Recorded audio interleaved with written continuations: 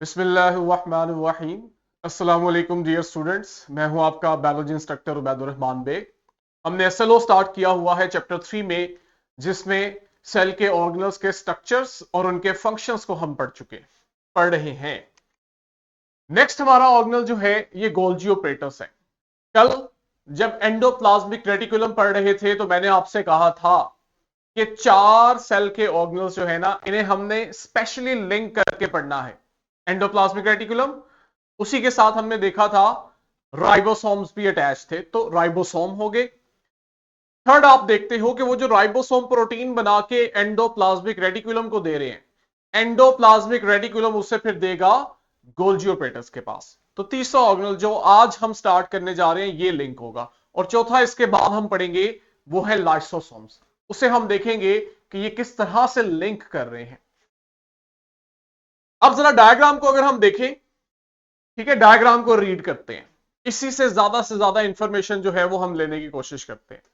हमारे पास जिस तरह एंडोप्लाज्मिक रेटिकुलम में मेम्ब्रेन चैम्बर्स थे या नेटवर्क ऑफ मेम्ब्रेन था, बिल्कुल इसी तरह आपके पास गोल्जी ऑपरेटस में भी मेम्ब्रेन्स के चैम्बर्स होंगे, नेटवर्क होगा, या यूं कह लो चैनल्स ऑफ मेम्ब्रेन होंगे। ये देखो, ये मैंने आपके सामने एक मेम्ब्रेन चैनल जो है ये ड्रॉ करके दिखा दिया। इसी तरह आप लोग देखोगे कि इस तरह के और बहुत सारे ये मेम्ब्रेन चैनल्स ऊपर नीचे कंटिन्यूअसली एक दूसरे के अरेंज हैं। ये जो आपके पास स्ट्रक्चर बन रहा है इसे आप गोल्जी ऑपरेटस कह रहे हो, और इसका ये जो एक मेम्ब्रेन चैनल है इसे हम कह रहे हैं सिस्टर्नी।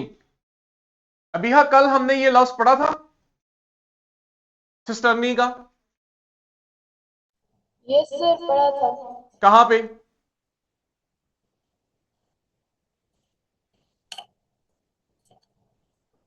कहां पढ़ा था? डेली का साथ साथ नहीं ना पढ़ रही हो?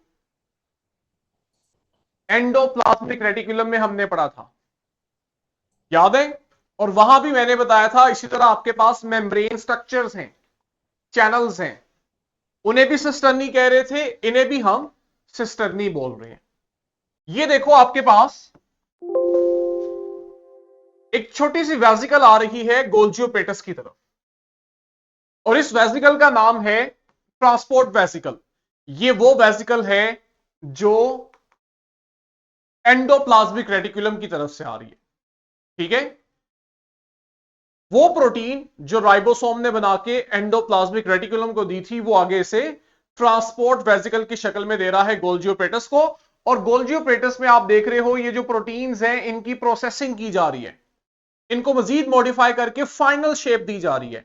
अगर मैं ये कहूं, इन्हें फाइनली पैक किया जा रहा है। जब भी आप कोई चीज एक्सपोर्ट कर रहे होते हो तो आप उसकी पैकिंग करते हो प्रॉपर। यही काम सेल में आप देखोगे गोल्जी ऑपरेटस कर रहे हैं, पैक करके इस चीज को फाइनली एक और वेसिकल की शक्ल में रिलीज किया जा रहा है। अब गोल्जी ऑपरेटस से जो वेसिकल आ रही है उसे हम अलग नाम दे रहे हैं, विच इज गोल्जी वेसिकल। तो दो तरह की वेसिकल्स होगी, ट्रांसपोर्ट वेसिकल जो गोल्जी ऑपरेटस की तरफ आ रही है, दूसरी आपके पास गोल्जी वेसिकल जो गोल्जी ऑपरेटस से जा रही है। अब आते हैं हम इलेबोरेशन की तरफ। लास्ट चीज ये है कि इन्हीं में से अगर तो प्रोटीन्स ऐसी हैं जिन्हें सेल से बाहर रिलीज करना है, तो आप देखोगे कि ये गोल्जी वेसिकल आएगी और आके सेल मेम्ब्रेन के साथ फ्यूज हो जाएगी, प्रोटीन्स को सेल से बाहर स्क्रीट कर दिया जाएगा। इंपॉर्टेंट एमसीक्यूज है आपके पास। कैमिलियो गोल्जी जो है, इसने 1891 के अंदर गोल्जी ऑपरेटस को फर्स्ट टाइम डिस्कवर किया था, ठीक है। और फिजियो और मेडिसिन में जो इसकी खिदमात थी उसकी बेस पे इसको नोबेल प्राइज मिला था। ये हमने एमसीक्यूज के लिए याद करना है। समझाने के लिए कि आपके पास गोल्जी ऑपरेटस सेल का पोस्ट ऑफिस है जो चीजों की पैकिंग कर रहा है ताकि उसे फाइनल डेस्टिनेशन की तरफ रवाना किया जाए, और होगा आपके पास यूकैरियोटिक सेल में। जरा इस डायग्राम को आपने जिफ को ऑब्जर्व करना है। ये देखो, ठीक है, ये आपके पास एक प्रोटीन है जो एंडोप्लाज्मिक रेटिकुलम के पास है, डेफिनेटली राइबोसोम से आई है। और अभी आप देखो ये ट्रांसपोर्ट वेसिकल की शक्ल में इसे गोल्जी ओपेटस के पास पहुंचा दिया गया। और गोल्जी ओपेटस के पास जब ये प्रोटीन गई है तो वो इसकी फर्दर प्रोसेसिंग कर रहा है, एक सिस्टर्नी से दूसरी सिस्टर्नी। फाइनली हम देखेंगे कि जब उसकी फाइनल पैकिंग हो जाएगी तो इसे गोल्जी वेसिकल की शक्ल में स्क्रीट कर दिया जाएगा। और अगर इसके अंदर ऐसी प्रोटीन थी जिसे सेल से बाहर भेजना था तो वो सेल मेम्ब्रेन के साथ फ्यूज कर जाती है। बना किस चीज का है? आपको इसमें फ्लैट सैक नजर आ रहे हैं, ठीक है। ये जो सैक हैं इसे आप सिस्टर्नी बोलते हो। सिस्टर्नी जो है ये ऊपर नीचे अरेंज होके हमारे पास गोल्जी ओपेटस बना रहे हैं। काम, जो प्रोटीन आ रही है इसके पास या फैट आ रही है, हमने देखा था स्मूथ एंडोप्लाज्मिक रेटिकुलम जो थे वो लिपिड फॉर्मेशन में भी इन्वॉल्व थे। तो इसका मतलब है कि फैट और प्रोटीन ईआर से गोल्जी ओपेटस के पास आते हैं। ये उन्हें मॉडिफाई करता है, उनकी अरेंजमेंट करता है और फाइनली उन्हें पैक कर देता है ताकि उन्हें सेल से बाहर एक्सपोर्ट किया जाए या विद इन सेल एक ऑर्गेनल से दूसरे ऑर्गेनल भेजा जाए। और आपके पास ये जो वेसिकल्स हैं जो गोल्जी ओपेटस से बनती हैं, जिनमें इन प्रोटीन्स को या फैट मॉलिक्यूल्स को पैक किया होता है, इन्हें हम कहते हैं गोल्जी वेसिकल। अब देखो, जो हमारा चौथा ऑर्गेनल है लाइसोसोम, वो लिंक होने जा रहे हैं। अगर आपके पास ये जो गोल्जी वेसिकल रिलीज हुई है इसमें ऐसे एंजाइम हो जो चीजों की ब्रेकडाउन कर सके, हम कह सकते हैं कि इसके पास ऐसे एंजाइम हो जो असल में हाइड्रोलिटिक इन नेचर हो, मॉलिक्यूल्स की ब्रेकडाउन कर सकते हो। अब अगर इन हाइड्रोलिटिक एंजाइम्स को पैक करके गोल्जी वेसिकल की शक्ल में सेल में रिलीज किया जाए तो ये जो गोल्जी वेसिकल है ना, इसको आप स्पेशल नाम दोगे और वो है लाइसोसोम, जो कि अगेन सेल का एक ऑर्गेनल है। तो देखा आपने किस तरह गोल्जी ओपेटस और लाइसोसोम लिंक्ड है, और ये दोनों पीछे एंडोप्लाज्मिक रेटिकुलम और राइबोसोम के साथ लिंक है। यहां से हम एक और इंफॉर्मेशन निकालते हैं कि जो लाइसोसोम्स है ना, ये असल में गोल्जी ओपेटस से बन रहे होते हैं। ठीक है, मैं रिपीट करता हूं कि गोल्जी ओपेटस से जो गोल्जी वेसिकल्स बन रही हैं, इनमें अगर ऐसे एंजाइम हैं जो चीजों की ब्रेकडाउन करते हैं तो ये जो वेसिकल होती है ये सेल के अंदर ही रहती है और हम इसे स्पेशल नाम देते हैं लाइसोसोम। क्या काम करती है आगे हम देखते हैं। साथ ही साथ जैसे हमने माइटोकॉन्ड्रिया में देखा था कि वो सेल्स जिन्हें एनर्जी की ज्यादा जरूरत होती है उन सेल्स में माइटोकॉन्ड्रिया ज्यादा होते हैं। यहां वो हमें कह रहा है कि ऐसे सेल्स जो प्रोटीन ज्यादा रिलीज करते हैं उनमें आप देखोगे फिर गोल्जी ओपेटस बहुत ज्यादा होगा, ताकि ज्यादा प्रोटीन को ज्यादा पैकिंग करके सेल से बाहर स्क्रीट करवाया जाए। ये ले जी लाइसोसोम। एनिमेशन पे आते हैं।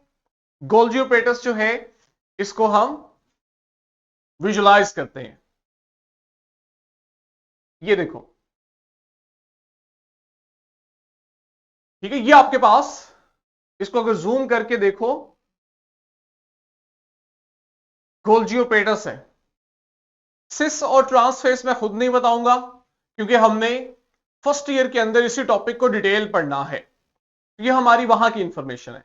अब जरा देखो किस तरह ये एक एक जो आपको स्ट्रक्चर नजर आ रहा है ये सिस्टर्नी है, ठीक है। और आपके पास एक एंड से वेसिकल्स जो हैं वो Aahista Aahista cisternae to cisternae दूसरे एंड पे आती हैं और फाइनली इन्हें बर्ड ऑफ किया जाता है। ये जो आपके पास बर्ड ऑफ वेसिकल्स हैं इनके फिर दो डेस्टिनेशन है, या तो ये सेल से बाहर रिलीज होंगे या फिर सेल के अंदर रहेंगे। और अगर सेल के अंदर रहती हैं और इनमें प्रोटीन्स जो है एंजाइम वो चीजों की ब्रेकडाउन करती हैं तो आप इन वेसिकल्स को लाइसोसोम का नाम देते हो। वापस आते हैं लाइसोसोम पे। अगेन एमसीक्यूज के लिए इंपॉर्टेंट है। क्रिश्चियन डी ड्यूव जो है इसने 1950 में लाइसोसोम्स को डिस्कवर किया। स्ट्रक्चर क्या है? कहते हैं आपके पास ये सेल के स्मॉल रिसाइकलिंग सेंटर है। रिसाइकलिंग सेंटर हम समझते हैं कि ये वो पार्ट है सेल का जो चीजों को, पुरानी चीजों को दोबारा से इस्तेमाल में लाता है, सेल को पुरानी चीजें तोड़ के देता है ताकि वो उसके कंपोनेंट से दोबारा कोई नई चीज बना सके, या बड़ी वेस्ट मॉलिक्यूल की ब्रेकडाउन करके सेल को देता है ताकि सेल उस वेस्ट को बाहर रिमूव कर सके। सिंगल मेम्ब्रेन ऑर्गेनल है जी। हमारे पास डबल मेम्ब्रेन वाले 3 ऑर्गेनल थे, 2 हम पढ़ चुके हैं, एक हमारे पास अभी रहता है। गोल्जी पेट्स बना रहे हैं, ये भी हमें क्लियर है। फंक्शन क्या है, इसके पास है हाइड्रोलिटिक एंजाइम्स, और हाइड्रोलिटिक एंजाइम का काम होता है कि सेल में फूड की भी और जो वेस्ट है इसकी भी ब्रेकडाउन करवाना। फूड की ब्रेकडाउन होगी तो जो बेसिक न्यूट्रिएंट्स हैं सेल तक वो अवेलेबल होंगे, वेस्ट की ब्रेकडाउन होगी तो वेस्ट एक्यूमुलेट नहीं होगा और वो टॉक्सिसिटी का बायस नहीं बनेगा और उसको इजीली सेल से रिमूव कर दिया जाएगा। ये ले जी, डायग्राम को हम जूम करके जरा डिटेल देखते हैं और इससे इंफॉर्मेशन जितनी ज्यादा कलेक्ट कर सकते हैं वो करते हैं। हमारे पास बाहर की तरफ है बाउंड्री, ठीक है, आप लोगों ने साथ साथ इसको विजुलाइज करते रहना, मैं किस हिस्से की बात कर रहा हूं। यहां पड़ा है हमारे पास ईआर, और ईआर में भी हम स्पेशली हाईलाइट कर रहे हैं रफ एंडोप्लाज्मिक रेटिकुलम को, जिसके साथ राइबोसोम्स अटैच है जो इसे प्रोटीन बना के दे रहे हैं, और वो ट्रांसपोर्ट वेजिकल की शक्ल में गोल्जी के पास जा रही है। और ये देखो गोल्जी के साथ आके वो फ्यूज कर रही है, और गोल्जी अब इस प्रोटीन को आहिस्ता आहिस्ता एक सिस्टर्नी से दूसरी सिस्टर्नी को ट्रांसफर कर रहा है, और फाइनली हम देख रहे हैं हमारे पास गोल्जी वेजिकल्स आ गई हैं। अब ये जो गोल्जी वेजिकल्स आई है ना, इनके अंदर हाइड्रोलिटिक एंजाइम है और ये सेल के अंदर ही रहेंगी वेजिकल। हम फिर इन्हें नाम दे रहे हैं लाइसोसोम्स का। अब जरा देखते हैं लाइसोसोम कर क्या रहे हैं। हमारे पास एक सिनेरियो है कि सेल को बाहर से फूड आ रहा है, ठीक है, कोई जर्म भी हो सकता है लेकिन हम फूड की एग्जांपल लेके चलते हैं। जो कुछ फूड के साथ हो रहा है वही कुछ बाहर से आने वाली हर चीज के साथ होगा, चाहे वो जर्म है या वेस्ट है। अब ये जो फूड आया है इसे हमने देखा जब इनगल्फ किया गया तो फूड के अराउंड सेल मेम्ब्रेन ने अपनी एक कवरिंग कर दी है। ये जो स्ट्रक्चर बना है जिसमें फूड पार्टिकल है और उसके बाहर मेम्ब्रेन की एक कवरिंग है, अब ये एक वेसिकल है और इसे हम फूड वेसिकल या फूड वैक्यूल का नाम देते हैं। इस सारे प्रोसेस को हम कहते हैं फेगोसाइटोसिस, जो कि सेल मेम्ब्रेन का एक फंक्शन है जिसमें चीजों को इनगल्फ किया जाता है in the form of food vacuole. अब आपके पास गोल्जी पेटस ने लाइसोसोम बनाए हुए हैं। ये लाइसोसोम क्या करेंगे, ये इस फूड के साथ जाके फ्यूज कर जाएंगे, और जब ये इसके साथ फ्यूज करेंगे तो लाइसोसोम अपने एंजाइम्स जो है इसके अंदर रिलीज करेंगे, और वो एंजाइम क्या करेंगे, इस फूड पार्टिकल की डाइजेशन करवा देंगे। ये तो एक हो गया नॉर्मल फंक्शन। इसके अलावा और क्या करते हैं लाइसोसोम, वेरी इंपॉर्टेंट। दूसरे एंड पे देखो, यहां तो हमने लाइसोसोम को फूड वैक्यूल के साथ फ्यूज करवाया।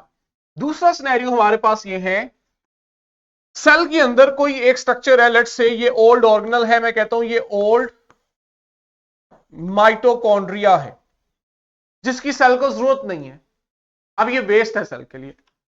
सेल इसको ब्रेक डाउन करके बॉडी से सेल से रिलीज करना चाहता है। होगा ये कि ये जो लाइसोसोम्स है ये आएंगे और आके ये इसके साथ फ्यूज कर जाएंगे, जो भी सेल का ओल्ड स्ट्रक्चर है, हमारे केस में ये ओल्ड माइटोकॉन्ड्रिया है, और लाइसोसोम अपने हाइड्रोलिटिक एंजाइम यहां रिलीज करेंगे जो कि इस ओल्ड ऑर्गेनल की ब्रेक डाउन कर देंगे।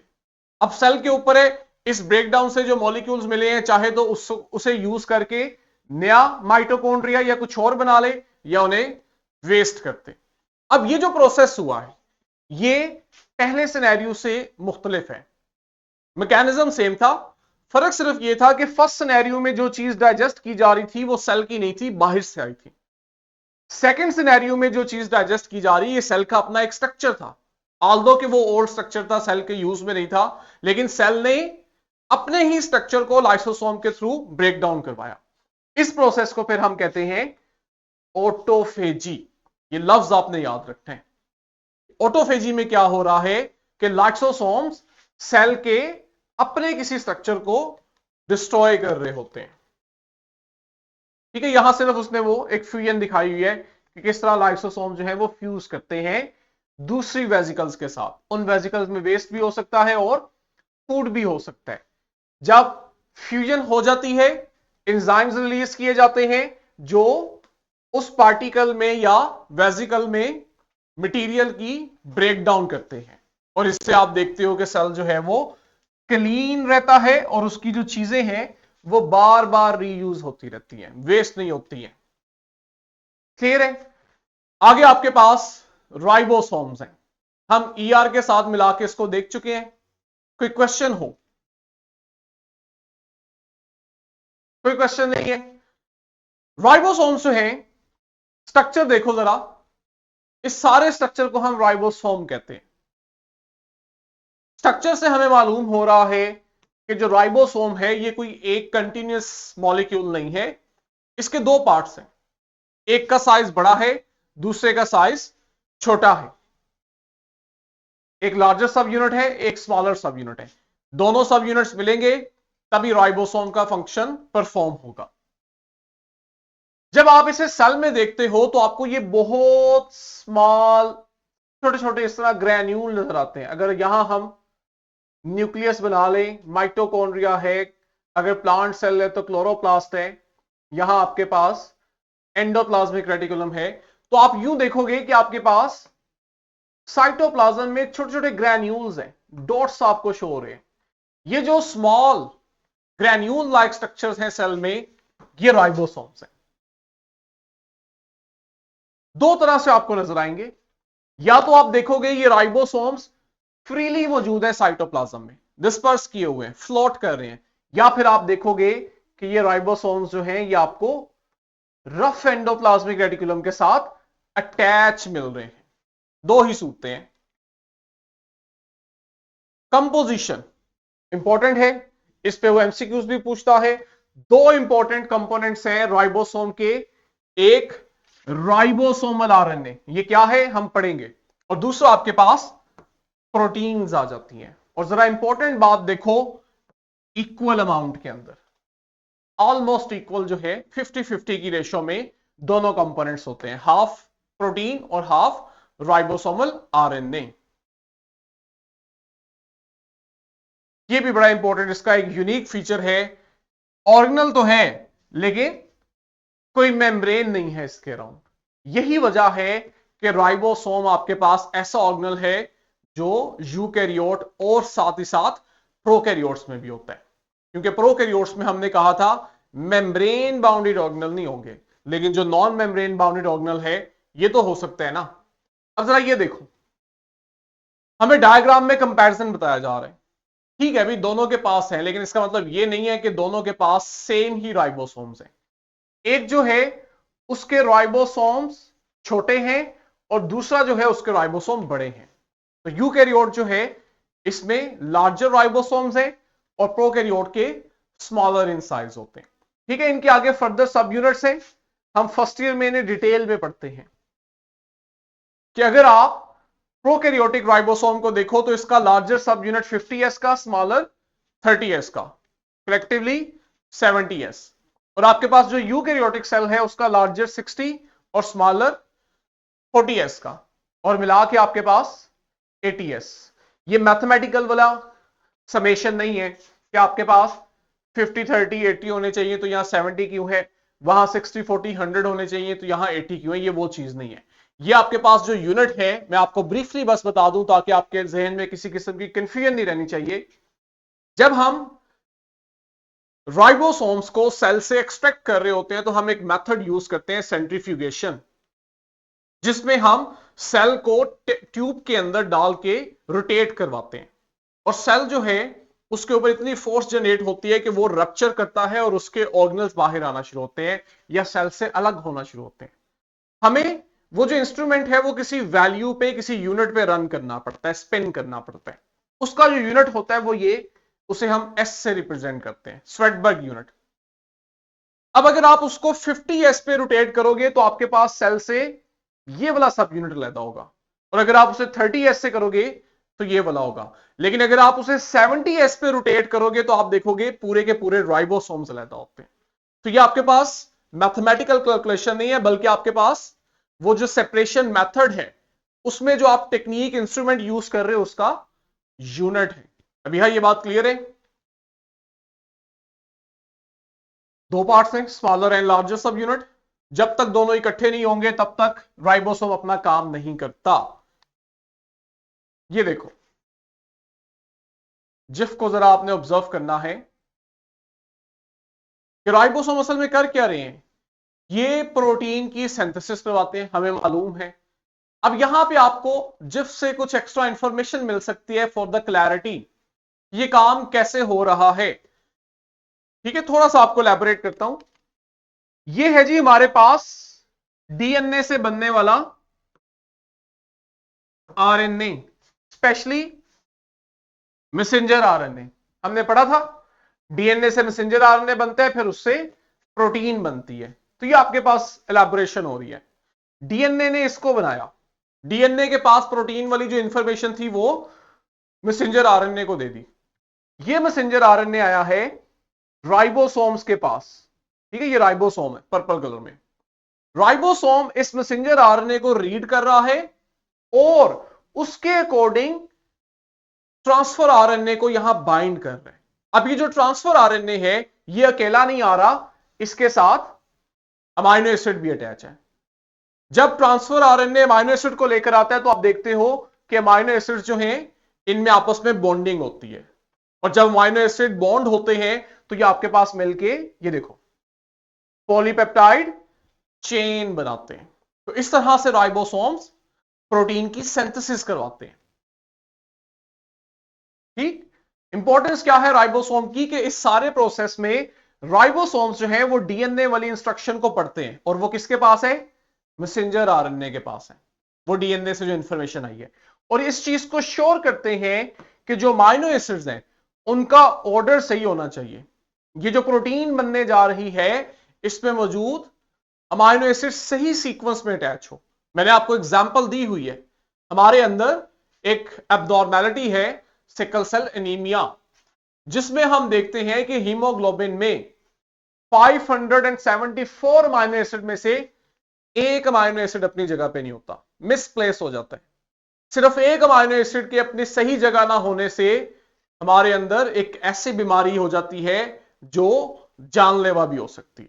तो इतनी ज्यादा सिग्निफिकेंस है इस बनने वाली प्रोटीन में अमाइनो एसिड के राइट ऑर्डर की, और इस चीज को फिर आप देखते हो राइबोसोम जो हैं वो इसमें अपना रोल प्ले कर रहे होते हैं। ठीक है, अभी यहां कुछ क्वेश्चन कर लें, वर्कशीट से कुछ क्वेश्चंस करें हम लाइव। यस सर, कर लेते हैं। चलो देखते हैं कितना ध्यान से सुने। वर्कशीट जो है इसमें जहां आपके पास सिंपल एमसीक्यूज बेस्ड क्वेश्चन है, जिसमें आप देखते हो कि जो ऑप्शन है उसमें एक दो वर्ड्स लिखे होते हैं, मैं अब साथ साथ क्या कर रहा हूं कि स्टेटमेंट बेस्ड एमसीक्यूज क्वेश्चन भी बना रहा हूं, ताकि आप लोग जो हो एमसीक्यूज पढ़ते पढ़ते ही उस टॉपिक को सारा याद कर लो। जैसे फॉर एग्जाम्पल हमारे पास पहला एमसीक्यूज है, जूम करें। Which of the following best describe the primary function of Golgi operators? पढ़ो जरा और इसका आंसर बताओ। पहली लाइन में हमें कह रहा है कि गोल्जी ऑपरेटर्स का काम है प्रोटीन को बनाना अमाइनो एसिड से, फिर उसे ट्रांसपोर्ट करना न्यूक्लियस के पास। ऐसा तो नहीं पढ़ा हमने। दूसरे में कह रहा है कि ये मॉडिफाई करते हैं, सॉर्ट करते हैं, पैकेज करते हैं प्रोटीन और फैट्स की जो कि एंडोप्लाज्मिक रेटिकुलम से आ रही होती हैं, ताकि इन्हें फर्दर डिस्ट्रीब्यूट करे। ये सेंस दे रहे हैं? यस सर, ये तो सेंस दे रही है, पढ़ा था हमने। ठीक है, अब सी और डी देख लेते हैं। ब्रेक डाउन डैमेज प्रोटीन, नहीं जी ये इसका काम नहीं है। जनरेट एनर्जी, ये भी इसका काम नहीं है। तो बी जो है वो राइट ऑप्शन है। अब जरा गौर से देखो, उसने वो पूरी बुक की स्टेटमेंट उठा के दे दिया क्वेश्चन में। अब अगर आपको आइडिया हो गया कि ये कीवर्ड्स हैं मॉडिफाई, सॉर्ट एंड पैकेज, तो आपको समझ आ जाना चाहिए ये गोल्जी ऑपरेटर्स है। ठीक है, और आपको वो बुक की स्टेटमेंट भी याद हो रही है। लाइसोसोम्स का क्या काम है जी? सेकंड में वो हमें कह रहे हैं दे प्रोड्यूस राइबोसोम, गलत। They break down waste material and cellular debris using hydrolytic enzyme, बिल्कुल। दे स्टोर जेनेटिक इंफॉर्मेशन, नहीं, डीएनए का काम है। दे ट्रांसपोर्ट मॉडिफाइड प्रोटीन्स, नहीं, गोल्जी ऑपरेटर्स का काम है। तो देखो 4 ऑप्शंस हमें जहां एक सही ऑप्शन का बता रहे हैं, वहीं हमें 3 ऑप्शंस किसी और के बारे में भी इंफॉर्मेशन दे रहे हैं। आगे आते हैं। हाँ जी, इनमें से कौन सी ट्रांसपोर्ट वेजिकल है और कौन सी गोल्जी है? इसको जूम करें। देख रहे हो, 2 चीजें लेबल करनी है, ऊपर वाली ट्रांसपोर्ट है या नीचे वाली ट्रांसपोर्ट है। सर ऊपर वाली ट्रांसपोर्ट है। और कहां से आ रही है? एंडोप्लाज्मिक। गुड, ठीक है। और नीचे वाली गोल्जी वेजिकल क्या कर रही है? क्या काम है इनका?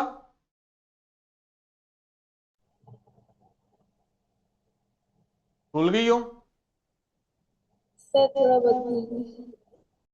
इनका काम है उन प्रोटीन्स को ट्रांसपोर्ट करना जो सेल में एक ऑर्गेनल से दूसरे ऑर्गेनल में जा रही है, या जिन्हें हमने सेल से बाहर स्क्रीट करना होता है। ये देख रहे हो, ये हम हाईलाइट कर रहे हैं। कहते हैं explain how the structure of Golgi operators facilitates its role in modifying, sorting and packaging protein and lipid. यानी कि ऑल इन ऑल जो आपके पास ऊपर डायग्राम दी गई है, उसी में से कह रहा है अगर आप डायग्राम रीड करने की सलाहियत रखते हो तो बताओ जरा कि गोल्जी ऑपरेटर्स ये काम कैसे करता है। डायग्राम बेस्ड क्वेश्चन है, कर लोगे आप लोग। लास्ट में अगर हम आए, ये देखो, ये थोड़ा इंटरेस्टिंग है।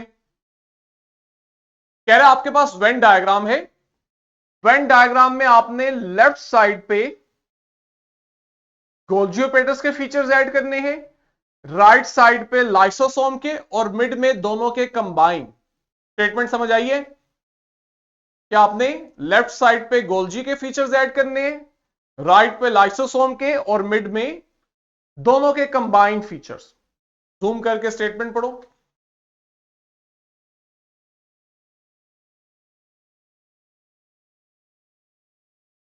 क्लियर है भैया? मैं आपको फीचर्स दिखाने जा रहा हूं, अब आपने मुझे बताना है कि कौन सा फीचर जो है वो गोल्जी में आएगा, कौन सा जो है वो लाइसोसोम के लिए होगा, और कौन सा कंबाइन। पहला हमें क्लियर है, modify, sort and package protein lipids, ये क्या है? Golgi operators. गोल्जी। दूसरे में हमें कह रहा है composed of flat sacs called cisternae. Cisternae किस में है, गोल्जी या लाइसोसोम में? गोल्जी में। गोल्जी में। नेक्स्ट कह रहा है produce Golgi vesicles for transporting molecules. Golgi में। Contains hydrolytic enzyme for digestion. ये है lysosome. Lysosome. Involve in the creation of lysosome. Golgi.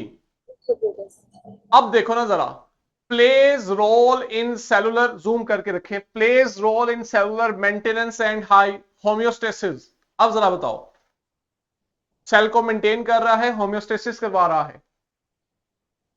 तो सर ये होमोस्टेटिस होमोस्टेटिस ज्यादातर सिस्टम में होती है, तो ये दोनों एक सिस्टम में आ जाएंगे, तो ये दोनों का फंक्शन होगा जो मिड में आएगा। वेरी गुड, शाबाश, बिल्कुल सही लॉजिक इस्तेमाल की है। ठीक है, होम्योस्टेसिस जो है वो पूरे सेल लेवल पे हो रही है या पूरी बॉडी लेवल पे, ऑर्गेनिज्म लेवल पे हो रही है, तो डेफिनेटली ये दोनों का काम है, शाबाश। आगे देखो, बल्कि आप मुझे खुद बताओ, इनमें से अब और कौन सा फीचर है जो दोनों में कॉमन होगा? इंडिविजुअल तो आप आइडेंटिफाई कर लोगी। Involved in the process of transport of cellular material, recycle composed of cellular नहीं, कॉमन बताओ। common ये जो प्रोसेसिंग और ट्रांसपोर्ट है ये गोल्जी का है, रिसाइकलिंग वाला लाइसोसोम का है। Common function membrane bounded organelles. बिल्कुल दोनों होते हैं, मेम्ब्रेन बाउंडेड ऑर्गेनेल्स, और critical for maintaining cellular function, ये भी तो है। Yes. ठीक है जी, वापस आते हैं अपनी स्लाइड पे। ठीक है, हम वर्कशीट जो है उससे बहुत ना होने के बराबर डिस्कस कर रहे हैं, तो मैंने यही आज से फैसला किया है कि हम कुछ ना कुछ क्वेश्चन जैसे टॉपिक पढ़ेंगे वर्कशीट के किया करेंगे, ताकि थोड़ी ब्रेनस्टॉर्मिंग हो। सेंट्रियोल्स बड़े इंपॉर्टेंट है जी हमारे लिए। अगर आप इनका स्ट्रक्चर देखोगे तो आपको मालूम होगा ये होलो स्ट्रक्चर्स हैं। सेंटर से अंदर की तरफ आप देखो तो जैसे एक पाइप अंदर से होलो है ना, सेंट्रियोल्स भी अंदर से एक होलो है, और पाइप शेप के हैं, तो हम उन्हें कह रहे हैं ये सिलेंड्रिकल शेप के। कहां पे है? एनिमल सेल्स और कुछ यूनिसेलुलर ऑर्गेनिज्म में मिलेंगे, मतलब प्लांट्स में नहीं है। ठीक है, दो होते हैं जी। नॉर्मली जब आप एक सेल को ऑब्जर्व करोगे तो आपको उसमें दो सेंट्रियोल्स मिलेंगे, और कहां मिलेंगे? बिल्कुल न्यूक्लियस के पास। ये इनकी निशानी है। और वो जो दो है ना, वो आप देखोगे हमेशा एक दूसरे के साथ ऑलमोस्ट, हम कहते हैं 90 डिग्री पे है, पैरेलल नहीं होंगे, 90 डिग्री पे हमें नजर आ रहे हैं। ये इनकी सेल में अरेंजमेंट है। ठीक है, अब अक्सर हम देखते हैं कि जहां पे सेंट्रियोल लिखा होना चाहिए ना, वहां हमें एक टर्मिनोलॉजी मिलती है सेंट्रोसोम, और बच्चे कंफ्यूज हो जाते हैं जी कि सेंट्रोसोम और सेंट्रियोल कहीं पे एक ही चीज के दो नाम है, या लेबलिंग के दौरान गलती हो गई है। ऐसा नहीं है, दोनों में फर्क है। सेल में, ध्यान से सुनना है, सेल में वो जगह जहां पे लाइसोसोम मौजूद है, इसे जब आप ऑब्जर्व करते हो ना, तो आप देखते हो कि यहां पे मेन चीज जो है वो सेंट्रियोल पड़ी हुई है। लेकिन सिर्फ सेंट्रियोल नहीं है, बल्कि इन सेंट्रियोल्स के अराउंड कुछ प्रोटीन्स भी हैं, जिनमें एक बड़ी इंपॉर्टेंट प्रोटीन लिखना चाहो तो लिख लो, ट्यूबुलिन प्रोटीन है। ये जो अब आपके पास सेल का वो हिस्सा है जहां सेंट्रियोल्स और उसके साथ हम कहते हैं एसोसिएटेड प्रोटीन्स, उसकी मुतलका प्रोटीन्स जो वहां पे इस्तेमाल होंगी, इसे आप बच्चों कलेक्टिवली कहते हो सेंट्रोसोम। तो ये कतन दोनों सेम टर्मिनोलॉजीज नहीं है। सेंट्रोसोम सेल का वो रीजन है जिसमें आगे आपके पास सेंट्रियोल पड़ा होता है। ये देखो, सिग्निफिकेंस हमें यहां से पता लग रही है। इसका काम क्या है? सेल डिवीजन में इसका रोल होता है। और वहां पे भी क्या रोल है कि सेल तब डिवाइड करता है जब तक आपके पास न्यूक्लियस डिवाइड करता है। न्यूक्लियस डिवाइड करेगा तब सेल डिवाइड करेगा। ठीक है, और न्यूक्लियस तब डिवाइड करेगा जब आपके पास क्रोमोसोम सेल के दो हिस्सों में डिवाइड हो जाएंगे। एक सेट जो है सेल के एक हिस्से में आ जाएगा, दूसरा सेट सेल के दूसरे हिस्से में चला जाएगा। जैसे ही ये क्रोमोसोम सेपरेट होंगे ना, अब आप देखोगे कि हर सेट के अराउंड न्यूक्लियर मेम्ब्रेन बनेगी और एक सेल के पास दो न्यूक्लियस बन जाएंगे, फिर आपके पास सेल डिवीजन होगी। लेकिन ये जो सारा प्रोसेस हुआ, ये तब हुआ जब सेंट्रियोल से निकलने वाले स्पिंडल फाइबर्स जो हैं, इन्होंने क्रोमोसोम्स की सेपरेशन करवाई। तो सेंट्रियोल जो है, इसका सेल डिवीजन में बड़ा इंपॉर्टेंट रोल है। और वो इस तरह कि हम देखते हैं कि इनमें एक बड़ी इंपॉर्टेंट प्रोटीन होती है ट्यूबुलिन, और यही ट्यूबुलिन प्रोटीन जो है ये आगे स्पिंडल फाइबर्स बनाने में यूज होती है, और वो स्पिंडल फाइबर्स फाइनली क्रोमोसोम को सेपरेट करते हैं। तो हम देखते हैं सेल डिवाइड करता है। इसी के साथ साथ जहां सेल डिवीजन होती है, वहीं हम देखते हैं कि कुछ सेल्स जो हैं उनके बाहर थ्रेड लाइक स्ट्रक्चर्स होते हैं। या तो ये स्ट्रक्चर बड़े साइज का हो सकते हैं, जिसे हम फ्लैजेला कहते हैं, या फिर आप देखते हो कि सेल के अराउंड ये छोटे छोटे थ्रेड लाइक स्ट्रक्चर्स होते हैं, इन्हें हम सीलिया कहते हैं। ये जो फ्लैजेला है, फॉर एग्जांपल बैक्टीरिया में होता है, सीलिया है पैरामीशियम में है, ठीक, ये भी आपके पास सेंट्रियोल से बन रहे होते हैं। सेंट्रियोल ही होते हैं इनमें जो इन्हें फ्लैजेला और सीलिया बना के देते हैं। ठीक है, आपने अभी यहां यह करना है कि आपने आज जाके सर्च करना है, क्या ह्यूमन में भी ऐसे सेल्स होते हैं जिनमें सीलिया या फ्लैजेला में से कुछ हो। अगर होते हैं तो इन दोनों में से क्या चीज है, या दोनों हैं, और वो सेल्स कौन से हैं, उनकी कोई एग्जाम्पल जिनमें इन दोनों में से या दोनों चीजें मौजूद होती हैं। ठीक है, ले जी, हमारा टॉपिक कंप्लीट हुआ। वर्कशीट क्वेश्चन बैंक आपको लिंक में मौजूद मिलेगी। आपका काम है बुक से पढ़ो, लेक्चर सुनो, और अच्छे से क्वेश्चन बैंक और वर्कशीट को अटेंड करो। कल इंशाल्लाह हम लोग यहीं से आगे कंटिन्यू करेंगे। तब तक के लिए बच्चों, अल्लाह हाफिज।